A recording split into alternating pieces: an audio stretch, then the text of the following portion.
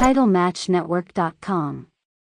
As you began populating WCW with names like Randy Savage, Hogan, Hacksaw Jim Duggan, Honky Tonk Man, others who have been with the company for a long time, like Johnny B. Bad, Mick Foley, Steve Austin, began moving on or were fired. Why were some of the older guard unable to maintain themselves as the company changed its landscape? You know, I don't know why certain talent that had been around, and big name talent, by the way, I'm sure there was some resentment. And look, in this business, the wrestling industry, the entertainment industry, it's not just a wrestling business, but when you're a performer or an athlete, there's only so much room on the roster, and it breeds insecurity and competitiveness and anxiety and resentment. It's human nature, and I think when Hulk Hogan came in and we brought Ric Flair back and Randy Savage was there and all the rest of some of the talent that you named earlier, Hacksaw Jim Duggins and a lot of the other people that we brought in, it created resentment because those people were eating up oxygen that other people felt like they weren't going to get. It's just human nature.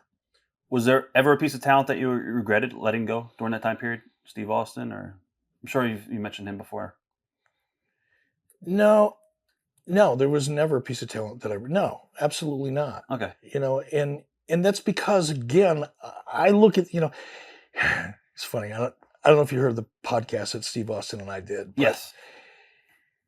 Again, and it was fun because aside from the fact that we were having a couple beers while we were doing it and reliving old times, it was an interesting conversation for Steve and I to have because we were able to honestly share our individual perspectives with absolutely no baggage whatsoever. And I could be honest about things that I otherwise probably 10 or 15 years ago wouldn't have been quite as honest about, and so could he. But the other part of it was we were able to really look at it in its context. Steve was kind of half pissed off half the time. He wanted something more. All those focus was on Hogan. He wanted to do something different, and he had a chip on his shoulder half the time. And in Steve's own words, hell, I would have done the same thing you did. He wouldn't have said that 10 years ago or 20 years ago, but he understands it now because we can each look at it from our respective perspectives. But did I regret at that time letting him go? Absolutely not, because I knew why I did it, and I would do it today under the same circumstances. I would have done it today because even today, nobody's got 20/20 hindsight.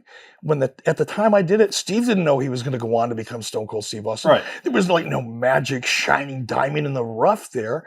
He hit his stride. He hit his chord at the right time because of the situation that he had put himself in, and I had helped put him in. But that character might not have ever emerged had it not been for the fact that he left WCW and went to ECW and then on to WWE as the ringmaster, if you remember. Yeah. There was no way anybody had that, would have been able to see that. So no, there was nobody that I regretted parting ways with. Okay. Memories of working with Steve Austin in WWE? Being around Steve? Wow.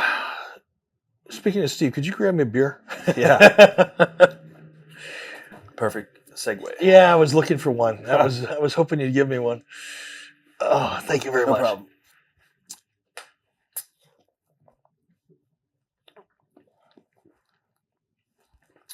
Working with Steve was great.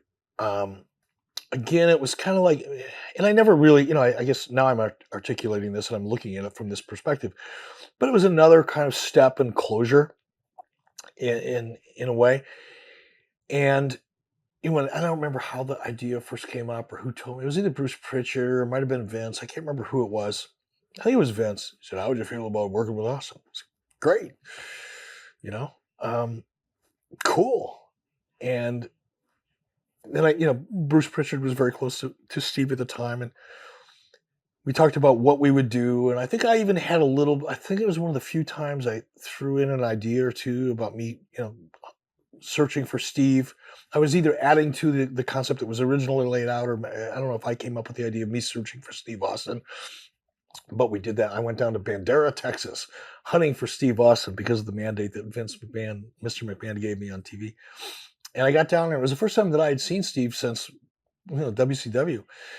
And we were in a little bar in Bandera, Texas, and Steve came down and pulled me aside. We talked, and it was like, "Hey, kid, you know, I would have never been a Stone Cold Steve Austin if you hadn't done what you did." I mean, it was easy. It Right. was fun.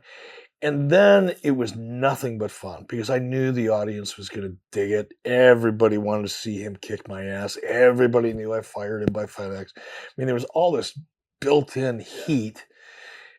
It was perfect. And working with him was, it was one of the highlights.